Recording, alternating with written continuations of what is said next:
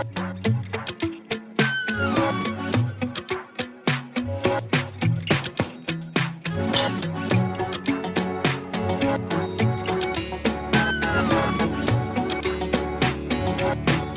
abelha não gasta tempo e nem energia tentando mostrar para a mosca que o mel é melhor do que bosta. E da mesma forma, os nossos antepassados e ancestrais não gastavam tempo e nem energia tentando mostrar para pessoas de fora da sua comunidade que a sua filosofia de vida era melhor do que as outras. Muito pelo contrário, eles gastavam todo o seu tempo e os seus esforços para tentar viver uma vida digna, e assim, através dos seus exemplos, as pessoas entendiam que ter bom caráter é melhor do que ser uma má pessoa. Eu sou o Logan Leandro e esse é o podcast Jack Aló, onde juntos podemos enxergar um candomblé diferente. Se você já me acompanhou nas temporadas anteriores, você me viu falando um pouco mais sobre a figura do Logan. Porém, nesta temporada nova, eu pretendo abordar novos assuntos com você para que juntos possamos aprender um pouco mais sobre o candomblé, sobre a nossa cultura, sobre as nossas tradições. Se você já me viu em outras plataformas, provavelmente você me viu falando sobre diversos outros assuntos e todos eles ligados ao candomblé. Se você não acompanha esse meu trabalho ainda, eu te recomendo que você siga esse canal e ative o sininho para poder receber notificações quando eu soltar novos vídeos. Da mesma forma, eu te recomendo a me seguir nas outras plataformas, nas outras redes sociais, onde eu publico vídeos quase que diariamente falando sobre o nosso tema de foco, que é o candomblé, tirando dúvidas e interagindo com as pessoas. Eu imagino que durante a sua infância ou adolescência, os seus avós, os seus pais, ou até mesmo algum idoso que morava nos entornos da sua residência tentou te ensinar algumas lições valiosas sobre a vida, que muito provavelmente você não entendeu, bem possível porque estava mais preocupado com o desenho animado que você queria assistir ou com as brincadeiras que você queria executar com os seus amigos. E nessa brincadeira, muito provavelmente você também não entendeu as valiosas lições que os desenhos animados tentaram te ensinar. Os nossos antepassados e ancestrais não perdiam tempo tentando pregar as nossas filosofias para outras pessoas, muito pelo contrário, para nós mesmos eles ensinavam através dos exemplos, porque o exemplo, ele arrasta. E pode até parecer uma besteira, mas se observarmos os desenhos animados do passado, nós vamos ver muitos exemplos de sabedoria.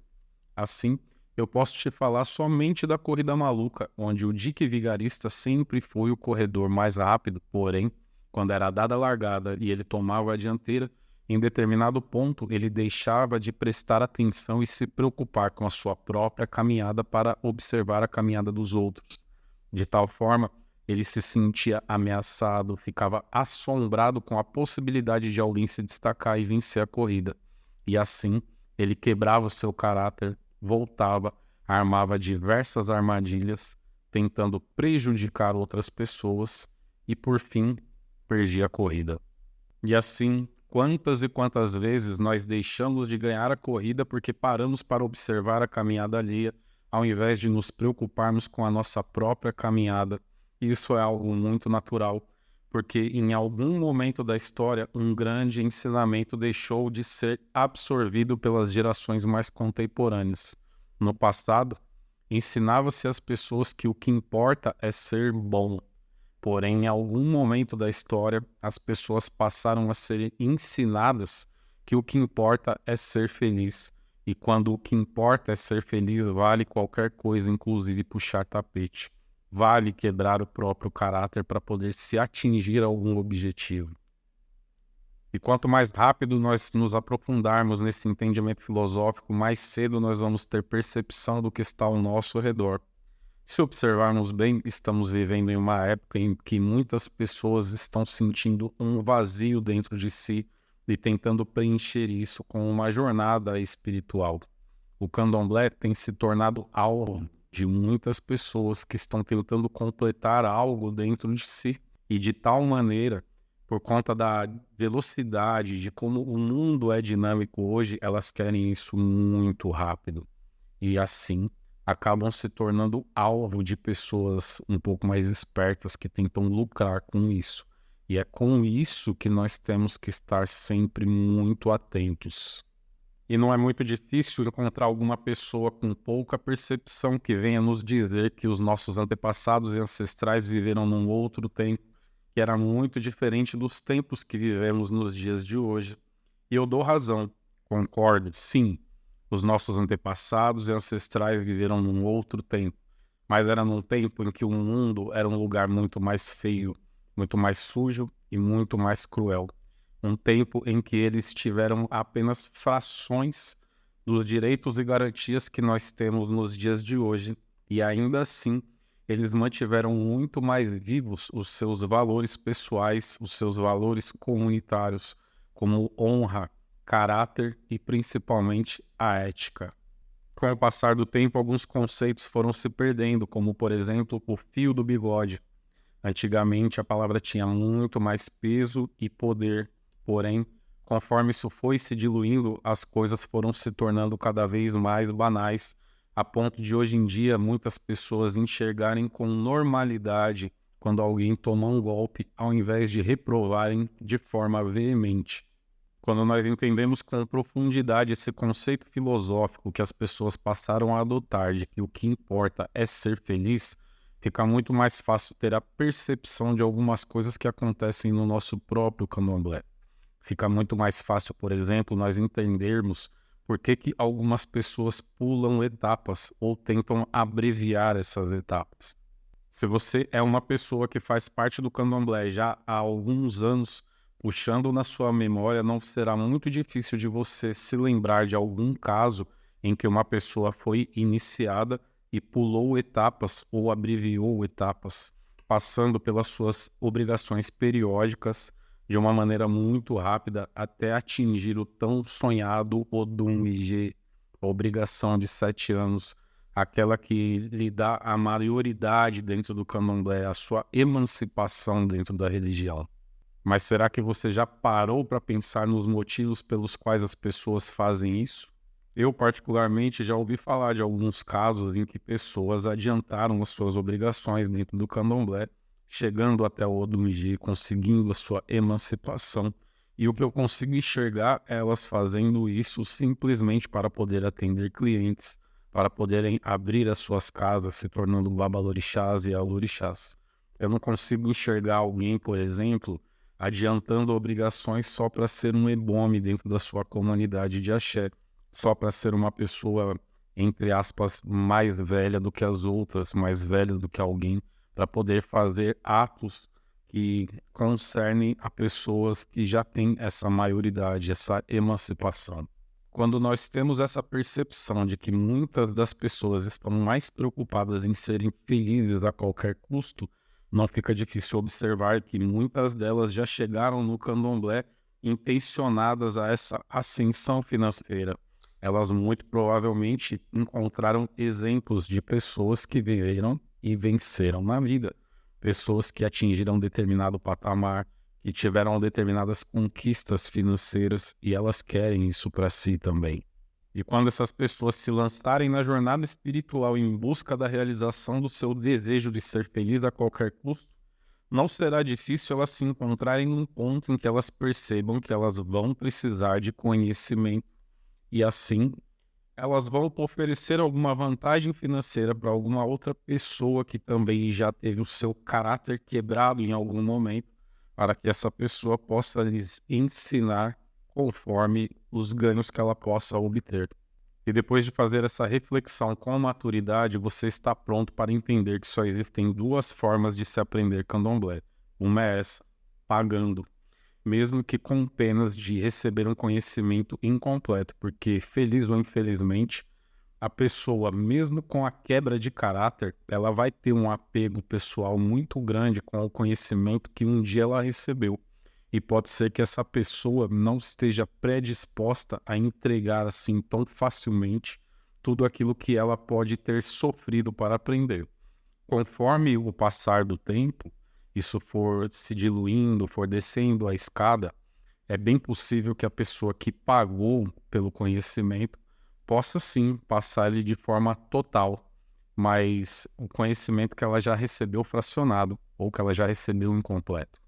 E as pessoas que optam por aprender o candomblé dessa maneira enxergam isso como um real investimento, porque elas estão mesmo preocupadas em obter ganhos e lucros com o conhecimento que elas estão comprando no agora. E a outra maneira de se aprender o candomblé é trabalhando muito, é ganhando a confiança dos nossos mais velhos, que vão enxergar em nós os mesmos valores que eles vêm preservando. Quando eles observarem que o nosso caráter se mantém constante, é nesse momento em que eles vão nos passar ensinamentos de grande sabedoria.